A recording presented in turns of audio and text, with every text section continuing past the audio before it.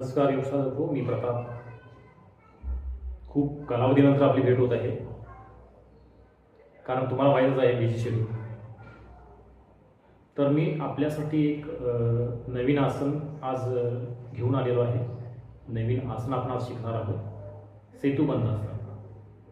सेतुबंधासन हे शयनस्थितीतील आसन आहे, जे पाठीवर झोपून करावे असं आसन आहे. तुम्हाला अर्थ समजला असेल. सेतू म्हणजे पूल, आणि या आसनामध्ये थोडीशी आपल्या शरीराची जी अवस्था आहे ती पूल बांधल्यासारखी होते, म्हणून याला सेतुबंधासन असं म्हटलेलं आहे. चला तर आपण प्रत्यक्ष कृतीद्वारे हे आसन समजून घेऊयात आणि हे आसन पाहूया. सेतुबंधासन याच्या अभ्यासासाठी पाठीवर झोपायचे आहे.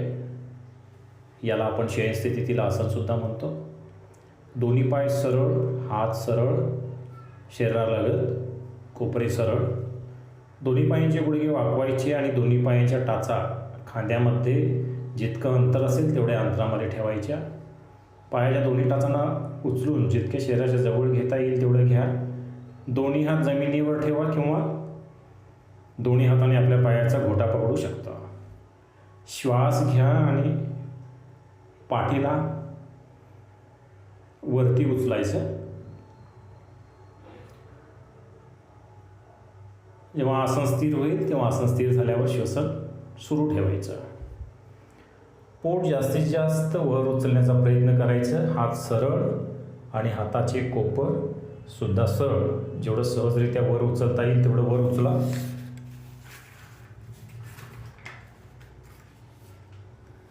आसन स्थिरता कालावधी यामध्ये 1 ते 2 वेळा आसन घेता येईल. आपल्या शारीरिक क्षमतेनुसार कालावधी कमी किंवा वाढवू शकतो. सावकाश खाली आणि त्याच्यानंतर दोन्ही पाय सरळ, संथ श्वसन सुरू ठेवा. या आसनाचा कालावधी बघायचं झालं तर आपल्याला हे आसन 20 सेकंद ते 60 सेकंदपर्यंत आपण हे आसन टिकू शकतो. त्याचबरोबर ज्या त्या योग साधकाच्या क्षमतेनुसार, शारीरिक क्षमतेनुसार हे आसन आपल्याला वाढवता येईल. याचा कालावधी आपल्याला वाढवता येईल किंवा कमीसुद्धा करता येईल. सेतुबंधासन केल्यानंतर या आसनानंतर आपल्याला एक पूरक आसन म्हणून शरीराला विरुद्ध दिशेने ताण येणारे आसन करावे लागतात, की ज्याप्रमाणे पवनमुक्तासन आहे किंवा हलासन आहे.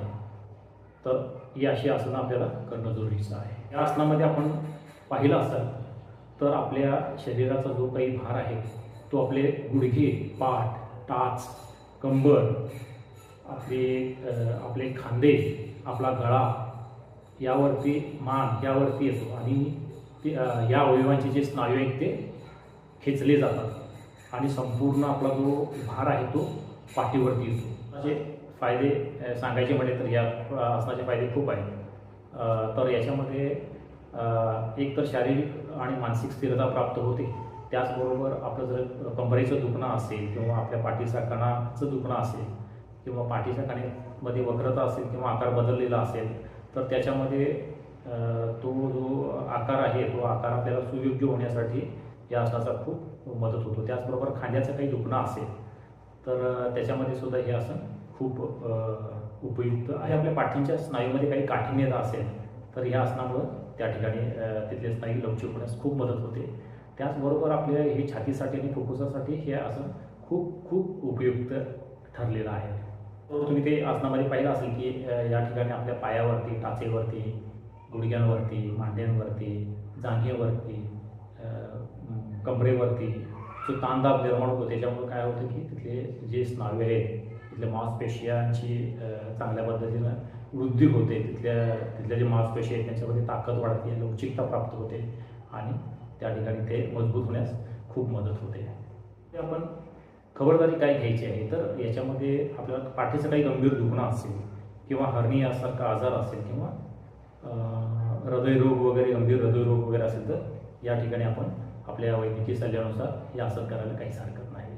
तर आजचा व्हिडिओ आपल्याला कसा वाटला याबद्दल मला जरूर कळवा. माझे व्हिडिओ पाहत राहा. व्हिडिओला लाईक, सबस्क्राईब करायला विसरू नका. हरिओम. धन्यवाद.